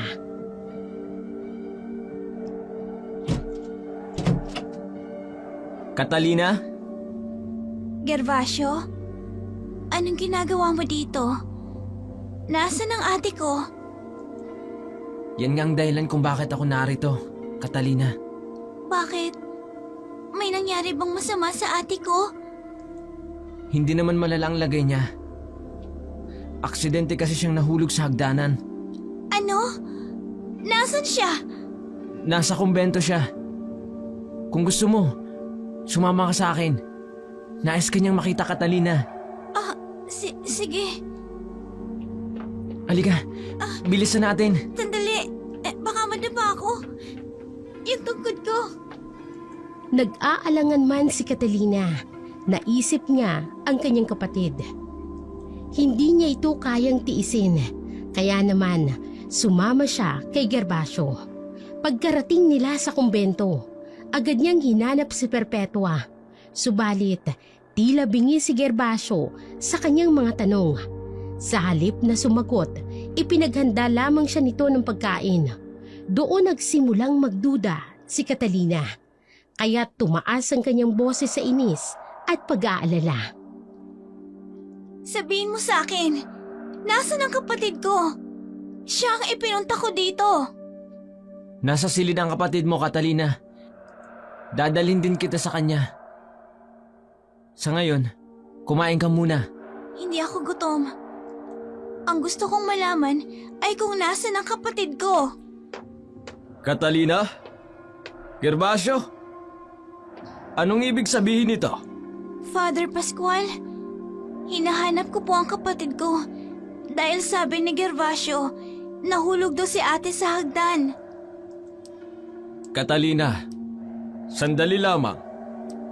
Kakausapin ko lang si Gervasio. Dumito ka lang. Gervasio, sumunod ka sa akin. Walang nagawa si Gervasio kung hindi ang sumunod sa kanyang nakatatandang kapatid, kaya't iniwan nila si Catalina sa hapag. Pagkaalis ng magkapatid, hindi nagdalawang isip si Catalina na tumayo. Gamit ang kanyang tungkod, naglakad siya at pinakiramdaman ang paligid. Sa hindi maipaliwanag na dahilan, tila ba may puwersang humihila sa kanya papasok ng simbahan. Sinundan niya ang tila isang sigaw na nagmumula sa kung saan. Maingat niyang kinapa ang lugar hanggang sa makapa niyang isang tela. Napagtanto niyang ito ay isang kurtina. Marahan niya itong hinawi. Subalit, nakapa niyang isang padlock. Lihim siyang napamura. Nasa ganoong estado siya nang maabutan siya nila Father Pascual at Gervasio. Nanlaki ang mga mata ng dalawa. Nagtataka kung paano siya napadpad sa harap ng altar. Nandito ba sa lihim na silid na ito ang ate ko? Sumagot kayo. Father Pascual, anong ginawa niyo sa ate ko? Gervasio, dalhin mo siya sa kinaroroonan ni Perpetua. Pero kuya, ikaw ang may kasalanan nito. Kung hindi ka sana nagpadala sa emosyon mo, hindi sana tayo aabot sa ganito. Kaya sige na, dadalhin natin siya kay Perpetua. Anong ginawa niyo sa ate ko? Malalaman mo rin, Catalina. Sa ngayon, sumunod ka sa amin. Siguraduhin niyo lang na wala kayong ginawang masama sa ate ko. Buong tapang na sumama si Catalina sa magkapatid na sina Father Pascual at Gervasio. Malayo pa lamang ay naririnig na nilang sigaw ni Perpetua. Kasabay ng paglalangis ng mutyang suot ni Catalina, hudyat na may aswang sa paligid. Habang sila'y papalapit ng papalapit, lalo pang lumalakas ang paglalangis ng mutya. Senyales na mas malapit ng nilalang ng dilim. Oh, Diyos ko!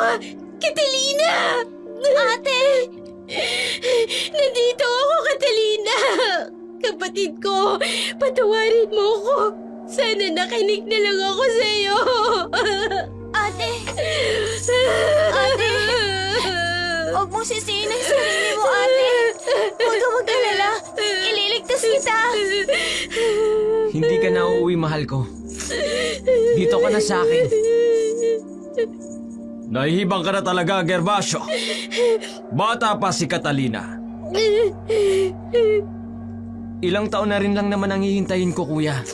Hindi ako sasama sa'yo. Uuwi na kami ng ate ko. Patawad, Catalina. Pero hindi na kayo pwedeng umalis. Nalaman na ng kapatid mo ang tungkol sa aming ina. Matagal na panahon namin itong itinago at mawawalan nyo ng saysay kung patatakasin namin kayo. Ibig sabihin, ang iyong inang pumapatay ng mga tao dito sa baryo at hinahayaan niyo lang siya? Oo. Dahil yun lang ang paraan upang mabuhay siya, Catalina. Paano naman po ang buhay ng iba, Father? Ang pamilyang naulila dahil sa kasakiman niyo. Ang aking ama. Kayo rin ba ang dahilan ng pagkamatay niya? Oo. Pinatay siya ni inay. Dahil sagabal siya sa amin. Hindi ko kayo mapapatawad sa mga kasalanang ginawa niyo! Catalina! Anong gagawin mo? Sa nagngangalit na tinig, itinaas ni Catalina ang hawak niyang anting-anting at mula doon ay may kinuhang katas at isinaboy ito ng dalagita sa direksyon ng nakataling ina ni Father Pascual at Gervasio. Dahilan upang mamilipit ito sa sakit at humihiyaw. Hindi kaagad nakakilos ang magkapatid. Hindi makapaniwala na magagawa yun ng isang bulag na katulad ni Catalina. Pakawalan mo si inay, Gervasio, upang malabanan niya si Catalina. Oo, kuya. Hindi! Ang sama niyo! Papatayin niyo talaga ang kapatid ko! Kailangan kong makawala sa pagkakatali sa akin upang matulungan si Catalina. Hindi! Tuluyan na nilang napakawalan ni Gervasio ang kanilang ina at susugurin nito si Catalina! Hindi! Catalina! Halos manlumo sa hilakbot si Perpetua nang makita ang aswang, ang ina ni na Father Pascual at Gervasio. Nasusugod kay Catalina, ngunit ganoon na lamang ang kanilang pagkamangha nang biglang itaas ni Catalina ang kanyang benditadong tungkod. Para bang biglang nagliwanag ang buong madilim na silid na kinaroroonan nila. Matatag na tinindigan ni Catalina ang kanyang pwesto at mahinahong bumigkas ng isang sinaunang orasyon. Laking gulat ng lahat nang biglang tumigil ang aswang na tila nagdadalawang isip. Hindi malaman kung susugod o aatras. Parang may humahawak sa kanya mula sa hindi nakikitang puwersa. Sa ngalan ng kataas-taasang Diyos, naway hipuin ka ng banal na apoy. Mangyari ang aking kalooban sa pamamagitan ng banal na liwanag. Huminto ka! Halimaw ng dilim! Bumalik ka sa kailaliman! Hindi! Inay! Kuya! Si inay! Namimilipit siya! At ang kanyang mga balat unti-unting nasusunog! Sa liwanag ng Diyos, inuutusan kita! Humina ka! Espiritu ng kadiliman! Sa ngalan ng Ama at ng Anak at ng Espiritu Santo, sa liwanag ng katotohanan at lakas ng kabanalan, igapos ang iyong katawan, baliin ang iyong kalooban. Tumakas ka ngayon, nilalang ng kapahamakan, sapagkat lalamunin ka ng liwanag ng walang hanggan! Hindi! Inay! Anong ginawa mo? Sinunog mo ang aming ina! Nararapat lamang siyang bumalik sa kadiliman. Father Pascual. Alam mo yan. Walang hiya ka! Wala kang alam sa sakripisyong ginawa sa amin ng aming ina. Sinalo niya ang sumpa para sa aming magkapatid. Tapos pinatay mo lang siya! Pinatay niyo rin ang aming ama. Pinagkatiwalaan ka niya dahil ang buong akala niya alagad ka ng Diyos. Pero ginamit mo lang pala siya para ikubli ang iyong kasamaan, Father! Nagawa namin yon dahil sa pagmamahal namin sa aming ina.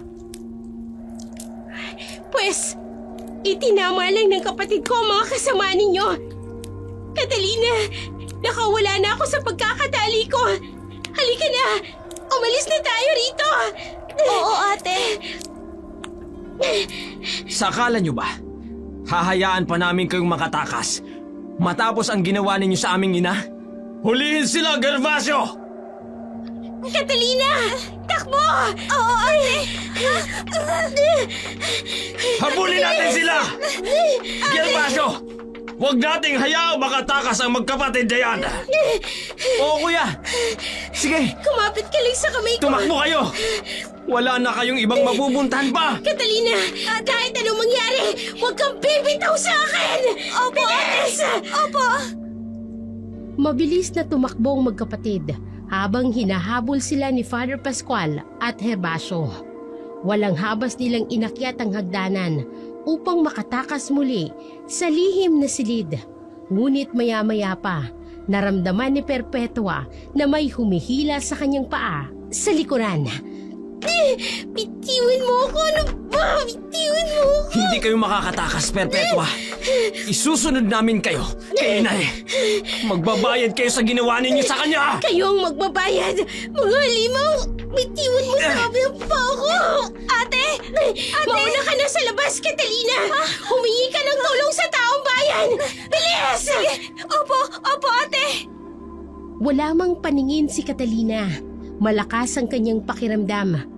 Kinapa niyang pintuan palabas ng lihim na silid habang naririnig pa niya ang pakikipagbuno ng kanyang kapatid kay Gervasio. Tumakbo siya ng matulin, hindi alintana kung may pader ba siyang mababangga o wala. Ang tanging nasa isip niya lang ay makahanap ng tulong. Laking gulat at takot niya nang may mabangga siyang isang tao. Maya-maya pa ay nagsalita ito at agad niyang nakilalang tinig, si Kapitan Mario. Kaagad siyang tinanong ng kapitan kung anong nangyayari. Swerte ni Catalina dahil dumaan sa simbahan si Kapitan Mario habang nagroronda upang kausapin sana si Father Pascual. Paalis na sana ito nang makita si Catalina na tumatakbo. Walang pag-aalinlangang ipinagtapat ni Catalina ang buong pangyayari. Nag-apoy sa galit ang mga mata ni Kapitan Mario. Kaagad niyang tinawag ang mga tanod upang pasukin ang simbahan. Sa kanilang pagdating sa lihim na silid, naabutan nila sina Gervasio at Father Pascual na itinatali si Perpetua. Ano ba? Pakawalan niyo kami! Wala kaming kasalanan! Hawakan niyo mabuti yan! Huwag mo kakawin! Huwag mo pumiglas! Laka mo! Sumama ko sa amin! Labag sa Diyos ang ginagawa ninyong ito. Pare ako ng baryong ito. Hindi niyo pwedeng gawin sa akin to. Magbabayad kayo. Perpetua. At ikaw, Catalina, sa oras na makalaya ko dito, hahanapin kita. Yon ay kung makakalaya ka pang hayop ka. Maluloko. Mas aswang ka pa kesa sa nanay mong aswang. Ate, umuwi na tayo. Nakuna na tayo ng statement ng mga pulis. Gusto ko nang umuwi. Sige, uuwi na tayo. Patawarin mo ako, Catalina. Ang laki ng kasalanan ko sa'yo. Wala na yun, ate. Kalimutan na natin yon. Ang mahalaga, makapagsimula tayong muli. Huwag kang mag-alala. Tutulong na ako sa panggagamot sa mga tao, Catalina. Talaga, ate? Tiyak na matutuwa ang mga taga-baryo tinago sa atin, ate. Umuwi ang magkapatid sa kanilang bahay at marami ang mga taga-baryo na naghihintay sa kanilang pag-uwi. Malaking pasasalamat ng mga ito kay Catalina dahil sa kanyang ginawa ang pagpapatumba sa aswang sa kanilang baryo at ang pagkahuli sa magkapatid. Ngayon, naiintindihan ko na masaya pala talagang nakakatulong sa kapwa. Kaya naman pala hindi mo maiwan-iwan ito. Ganun rin si Itay. Masaya ako, ate. Dahil sa wakas, unti-unti mo nang niyayakap ang ating panata. Dahil yun sa'yo, Catalina. Dahil sa'yo, namulat ako na mas mahalaga ang pamilya kaysa sa isang lalaking hindi ka kayang pahalagahan. Hindi kita iiwan, ate. Sabay nating aalagaan ang bata na ipinagbubuntis mo. Maraming salamat, Catalina. Tunay na napakabusilak ng iyong puso. Matapos mahuli sina Gervasio at Father Pascual, ikinulong ang mga ito. Samantalang si Catalina naman, dahil sa kanyang tapang at kakayahan, ay tinawag na ang batang bulaga na albularyo na nagpatumba ng aswang. Ganito siya kinikilala ng mga taga-Baryo Tinago. Hindi na rin nag-asawa pa si Perpetua. Ibinuhos niya ang buong atensyon niya sa kanyang anak at sa pagtulong sa kanyang kapatid na si Catalina. Lina. Lina. Lina. Lina. Lina.